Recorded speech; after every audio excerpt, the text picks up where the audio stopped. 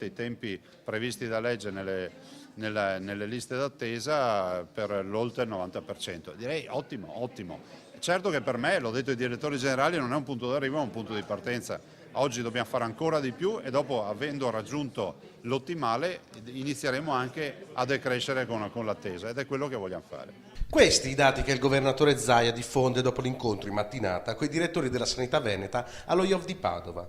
Un punto di partenza per portare tutti gli ospedali veneti ad abbattere i tempi d'attesa.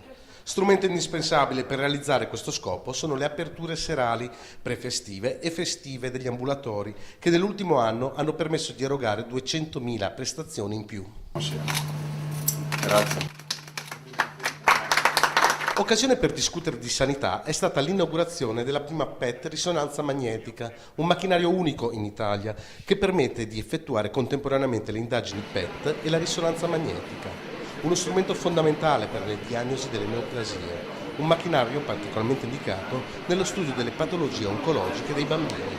È una macchina che è molto utile per studiare i tumori pediatrici anche perché espone i piccoli pazienti a solo un terzo delle radiazioni rispetto alle altre macchine. Costo più di 8 milioni di euro. Ora si trova al Giustinianeo, nell'area settecentesca dell'ospedale.